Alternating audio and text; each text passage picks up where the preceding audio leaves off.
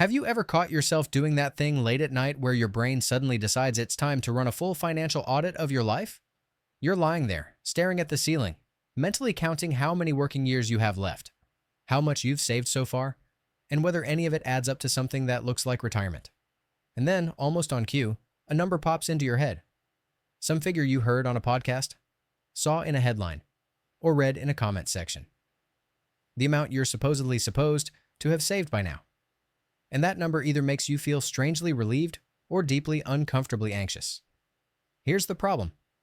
That number everyone throws around sounds official, authoritative, even scientific. But without context, it's basically meaningless. It's not exactly wrong, but it's wildly unhelpful. It's like being told the average household owns 2.3 chairs. Interesting, maybe. Useful for deciding whether you personally have enough chairs? Not even a little. And yet, we let these retirement numbers dictate how we feel about our entire financial future. So before we talk about how much money people actually retire with, we need to talk about why most retirement statistics are misleading by design.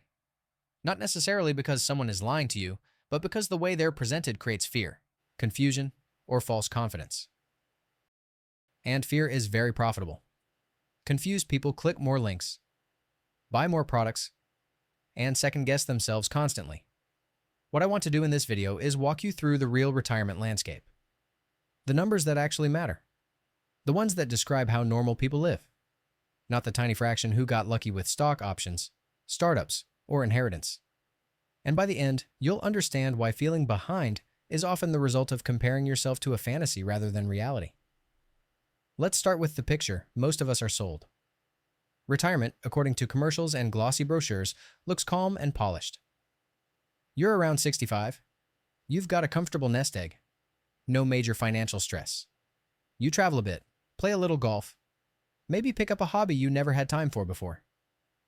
Financial advisors love to say you'll need about 80% of your pre-retirement income to maintain this lifestyle. They plug your salary into a calculator, adjust a few assumptions, and suddenly the screen spits out a number that feels impossibly large. 1.5 million, 2 million, sometimes more. And just like that, you're back at your desk, wondering how anyone who didn't invent an app or inherit property is supposed to reach that number. This is where panic sets in, because those calculators don't show you how many people never get there. They don't show you the distribution. They just show you the ideal outcome. When researchers actually study what people have saved for retirement, the results are chaotic. Not just uneven, but extreme. There are people retiring with 8-figure portfolios, investment properties, and dividend income streams. And there are people retiring with almost nothing beyond Social Security. When those two groups get averaged together, the resulting number describes no one in particular. It's mathematical fiction. Imagine a room with 10 people. 9 are struggling college graduates with negative net worth, and 1 is a billionaire. If you average their wealth, congratulations. Everyone in the room is now a multimillionaire. In reality, 9 people still can't afford rent. That's what averages do in a system with massive inequality. They hide the truth behind a single dramatic number. That's why financial media loves averages. They're shocking. They sound alarming. And they generate clicks. Headlines like, "The average American is behind on retirement savings" work because technically, almost everyone is behind compared to the top earners in the country. But that comparison is useless. What actually matters is the median, the middle point, the experience of a typical person, not the extremes. And once you look at median numbers, the story becomes clearer and more human. Most people are improvising. They're contributing some percentage to their retirement accounts because it felt reasonable at the time. They chose a fund with a retirement year in the name because it sounded responsible. They know, vaguely, that they should probably be saving more. But between rent, debt, childcare, and trying to enjoy life, retirement feels distant and abstract. And honestly, that reaction isn't irrational. The system we've built expects individuals to manage long-term investing decisions while juggling full-time work, family responsibilities, and an increasingly expensive cost of living. Previous generations didn't face this level of complexity. Many had pensions. They showed up, worked their careers, and received guaranteed income in retirement. Companies eventually realized they could save money by shifting that responsibility onto workers. So now everyone is expected to understand asset allocation, tax efficiency, and compound growth without ever being formally taught any of it. Instead, we were taught math formulas we never used again. Retirement planning?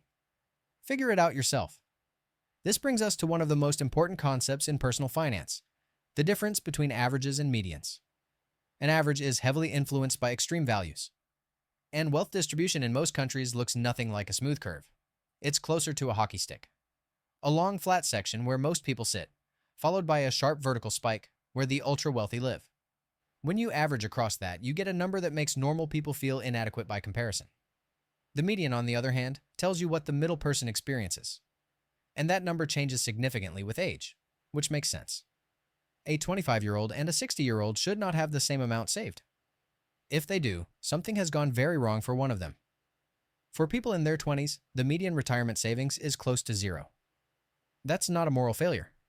It reflects entry-level salaries, student loans, and the cost of simply becoming an adult. If you're in your 20s and you've saved anything at all, you're ahead of many of your peers. In your 30s, the median creeps into the low five figures. That may sound disappointing until you remember this is the decade of mortgages, childcare, and major life transitions. In your 40s, things start to feel more serious. Earnings tend to peak, and retirement savings begin to accelerate. Six-figure balances at this stage are above average, even if they don't feel impressive relative to the idealized retirement calculators. By the time people reach their early 60s, the median retirement savings is far lower than most people expect. And yes, that's concerning. Now let's talk about where that money actually lives. Employer-sponsored retirement accounts like 401ks are the most common. They allow pre-tax contributions and often include employer matches. That match is free money, yet millions of workers either don't contribute at all or contribute less than the maximum match. Even among those who do save, contribution rates are often well below recommended levels. Then there are individual retirement accounts. Traditional IRAs defer taxes. Roth IRAs allow tax-free growth. For younger workers, Roth accounts are one of the most powerful tools available. And yet, many people never open one. Either they don't know how, they assume it's too complicated, or they feel they can't afford it. The result is that a significant portion of households have no IRA savings at all. And then there's Social Security. It was never designed to fully support retirees. It was meant to supplement pensions and personal savings.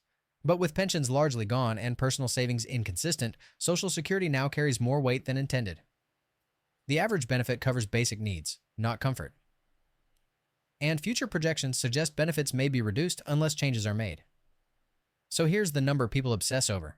The average American retires with roughly $170,000 in retirement accounts. That sounds reassuring until you examine what it actually represents. That figure excludes debt. It excludes liquidity. It excludes the fact that much of net worth is tied up in housing. Many retirees are house rich and cash poor. They own valuable property but have limited income. They can't easily convert equity into groceries. And once you subtract outstanding debt, the actual usable savings are far lower. When you account for this, the median liquid assets available to retirees shrink dramatically. Add healthcare costs, lingering mortgages, and longer life expectancy, and the math becomes tight very quickly. A surprising number of retirees still carry mortgage payments. The idea of entering retirement debt-free is becoming less common as people buy homes later and refinance to extract equity. This is why understanding the difference between net worth and liquid assets matters so much. You can look wealthy on paper while being financially constrained in reality. It's like owning a rare painting but still needing to budget for groceries. Now, this might all sound discouraging, but clarity is not the same as pessimism. Knowing where you actually stand is the first step toward improving your outcome. If you're young and saving anything, you're ahead. If you're older and worried, progress is still possible, but only with intentional action. Start with employer matches. Automate contributions. Increase your savings rate gradually. Eliminate high-interest debt. And most importantly, stop waiting for the perfect moment. Time is the one variable you can't replace. If this video helped you see retirement more clearly and cut through the noise, make sure to subscribe to the channel. Here, we break down money, psychology, and real-world economics without hype or false promises. If you want to make smarter decisions and understand the system you're operating in, you'll want to stick around.